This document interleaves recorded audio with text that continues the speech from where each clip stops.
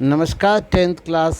जैसा कि आप लोग जानते हैं बच्चों के हम लोग मेटल्स एंड नॉन मेटल्स पढ़ रहे हैं। तो आज हम एक बहुत ही छोटा और लेकिन केवल बहुत ज़्यादा महत्वपूर्ण एक टॉपिक कंप्लीट करने वाले हैं। जैसा कि मैंने पिछली क्लास में आप लोगों को बताया था कि जो मेटल होती हैं डाइल्यूट एसिड के साथ रिएक्शन करने के बाद हाइड्रोजन गैस को इवॉल्व करती हैं, हाइड्रोजन को एसिड से डिस्प्लेस कर देती है। लेकिन अगर मैं बात करूं कुछ ऐसी मेटल्स के भी उदाहरण, जैसे कॉपर, सिल्वर, मैंने बताया था कि जो कि डाइल्यूट एसिड से हाइड्रोक्लोरिक एसिड को डिस्प्लेस नहीं कर पाती हैं, तो इसकी जो मैकेनिज़्म होते हैं, इसके पीछे जो कारण होता है, उस कारण की आज हम लोग विस्तार से चर्चा करेंगे।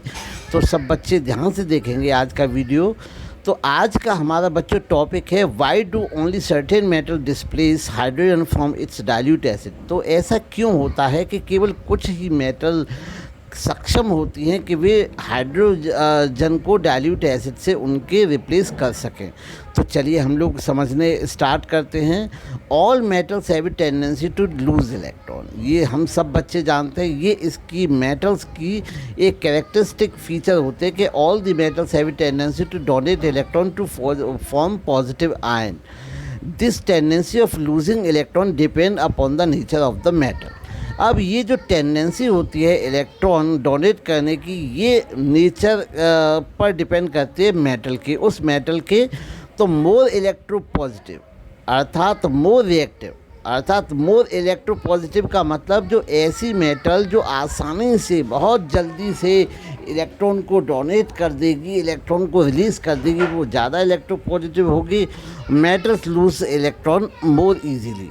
और dilute acid contain H plus ion. जैसा कि हम लोग जानते हैं कि कोई भी एसिड होता है, जब एसिड डिसोशिएट होता है वाटर कंटेंट में, वाटर में, तो ये आपका जैसे HCl है तो ये आपका H प्लस और Cl माइनस, H2SO4 है आपका H2SO4, तो H2SO4 भी आपका H प्लस और plus HSO4 minus.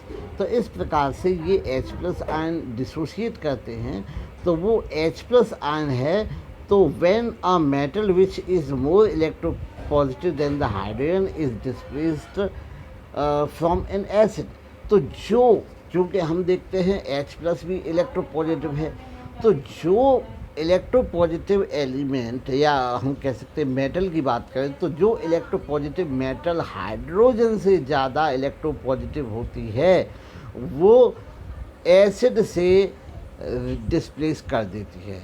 It loose electron.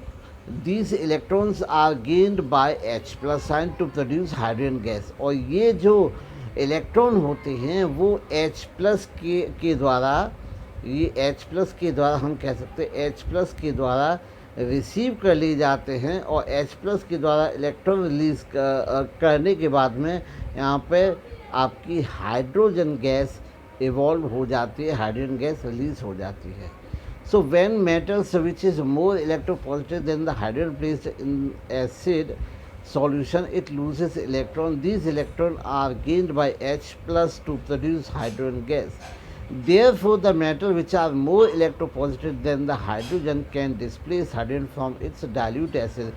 तो ऐसी मेटल जो कि हाइड्रोजन से ज़्यादा इलेक्ट्रोपॉजिटिव होती हैं, वो हाइड्रोजन को एक इलेक्ट्रॉन प्रोवाइड करवाती हैं, जिससे हाइड्रोजन एक इलेक्ट्रॉन लेने के बाद या इलेक्ट्रॉन गेन करने के बाद वो हाइड्रोजन गैस के रूप में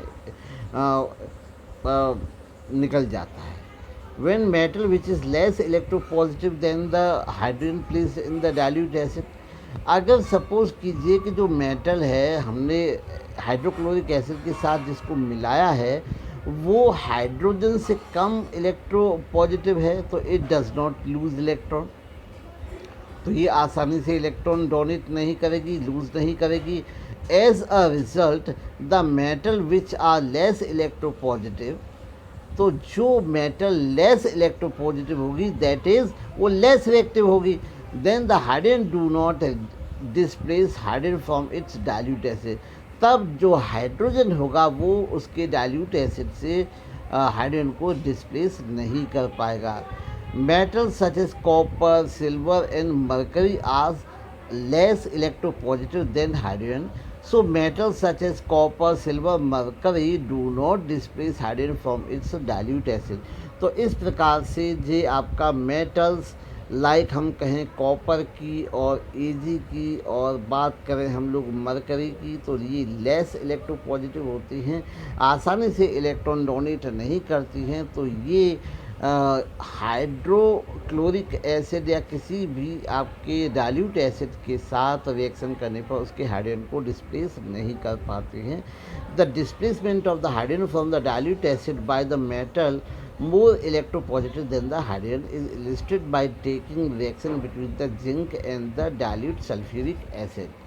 Which zinc rod is placed in the dilute sulfuric acid, the gas is liberated and the which reaction takes place between the zinc and sulfuric acid. अगर हम डिस्प्लेसमेंट अगर हाइड्रोजन की देखना चाहें तो हम लोग जिंक की रिएक्शन को देख सकते हैं।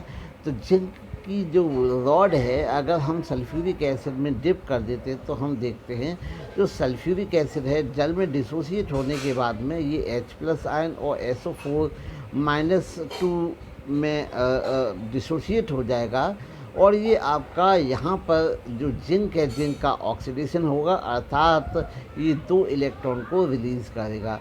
जो इलेक्ट्रॉन 2 इलेक्ट्रॉन जो जिंक ने रिलीज़ किए वही इलेक्ट्रॉन जो होगा वो हाइड्रोजन रिसीव कर लेगा और हाइड्रोजन रिसीव करने के बाद में ये हाइड्रोजन गैस के रूप में इवॉल्व हो जाएगा।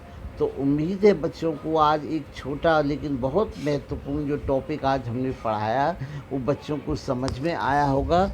तो अगर फिर भी कोई दिक्कत हो या कोई किसी भी प्रकार का डाउट हो तो बच्चे कमेंट बॉक्स में कमेंट करें और अपनी परेशानी को लिखें, और अगर पसंद आया हो तो लाइक करें और चैनल को सब्सक्राइब करें। Thank you.